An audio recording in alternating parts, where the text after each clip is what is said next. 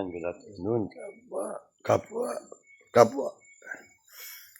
Ayan, dito tayo sa atin, nasa likod ng barangay. Bahay. Wala pa tayong medyo boses, pero medyo okay ng ating tubo. Hindi na masakit pag naabo.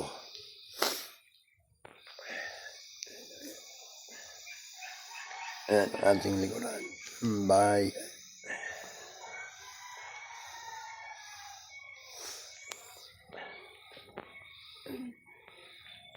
Ito naman ang inuman. Ito naman ang salas.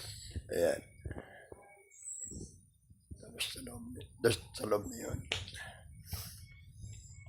Magandang hapon, kapwa. Ayan. Pasensya na kayo, hindi tayo nakakapag-upload ngayon dahil tayo ay minalat ngayon. Siguro mga anong araw. Ayan. Medyo mag-ibo pa tayo. Ayan.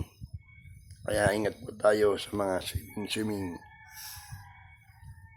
Huwag tayong magpapatuyo ng pawis. Ayan.